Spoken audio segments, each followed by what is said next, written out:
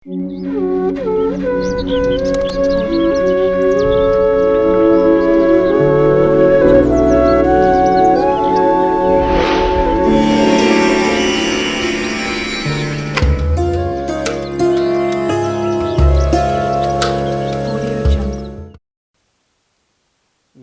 వారు ఈ ఆంగ్ల సంవత్సరానికి వీడుకోలు పలుకుతూ నూతన ఆంగ్ల సంవత్సరానికి స్వాగతం పలుకుతూ ఏళ్లనాటి శని ప్రారంభ సంచార స్థితిలో ఉన్నప్పుడు గ్రహ సంచార స్థితి అనుకూలంగా లేనప్పుడు ఎలాంటి విధులను పాటించడం వలన ఈ అష్ట కష్టాలకు స్వస్తి పలికి అష్ట ఐశ్వర్యాల స్వాగతం పలకాలో ఈ వీడియోలో సవివరంగా సంపూర్ణంగా తెలుసుకుందాం.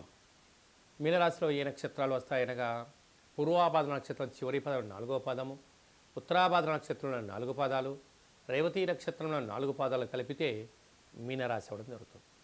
అలాగనే చాలామందికి పుట్టినటువంటి కాల సమయంలో డేటా ఆఫ్ బర్త్లు లేనటువంటి వారికి పేరు యొక్క మొదటి అక్షరం అనుసరిస్తూ ఆ రాశిని తెలుసుకునే ప్రయత్నం చేద్దాం.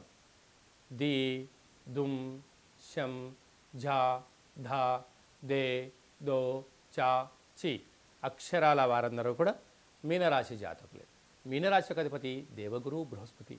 వీరికి ఒకవైపు ఏళ్లనాటి శని ప్రారబ్ధ సంచార స్థితిలో ఉండడం, సంవత్సరపు ఆంగ్ల సంవత్సరంలో చివరి ఆదివారం సోమవతి అమావాస్యతో కూడుకున్న సోమవారము, మంగళవారం అమావాస్యతో కూడుకోవడం అవ్వడం వలన రాశిలోనే రాహు ఉండడం వలన అనేక శత్రు ప్రభావాలు పొంచి ఉన్నాయి. నీటిగండం, జలగండం, అగ్నిగండం, యంత్రాలతో ఆయుధాలతో ప్రమాదం పొంచి ఉంది. కనుక ఇలాంటి కాల సమయంలో ఏకాగ్రత, ప్రశాంతంగా ఉండడం, వివాదాలకు దూరంగా ఉండడం, ఎవరన్నా ఏదైనా అన్నట్లయితే కూడా మౌనంగా దాన్ని స్వీకరించగలిగినట్లయితే మంచి ఫలితాలు రాబోయే కాలంలో ఉంటాయి. ఆవేశానికి మీరు నిర్ణయం తీసుకున్నారా, అనర్థాలకు మీకు మీరే కేంద్ర బిందులు అయ్యే పరిస్థితి ఉంటుంది. రాశిలోని రాహు ఉండడం వలన, తృతీయంలో గురు సంచార స్థితి ఉండడం వలన మీ ఎదుగుదల కన్నా మీ దిగజారుతనానికి అనేక మంది విశ్వ ప్రయత్నం చేస్తున్నారు. కనుక ఇలాంటి కాల సమయంలోనే ఓపిక, పట్టుదల, సహనం, ఆధ్యాత్మికత, ఆరోగ్యాన్ని కాపాడుకోగలగాలి అని చెప్పి కూడా గమనించాలి. సంతాన స్థానంలో కుజ సంచార స్థితి ఉండడం వలన నూతనంగా వివాహమైన వారికి సంతాన యోగం, సప్తమంలో కేతు సంచార స్థితి, భాగ్యంలో బుధుడు, రాజ్యంలో రవి సంచార స్థితి, వ్యయంలో శని భగవానుడు స్వక్షేత్ర సంచార స్థితి అవ్వడం వలన అనారోగ్యము, వాహన ప్రమాదాలు, అనవసర ఖర్చులు పొంచి ఉన్నాయి.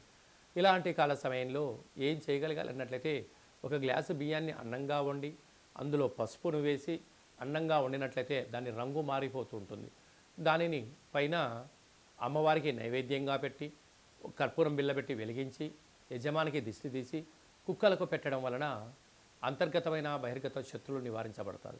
ప్రవహించే నీటిలో వేయడం వలన అనారోగ్యానికి ఆరోగ్యపరమైన దోషాలు తొలగిపోతాయి.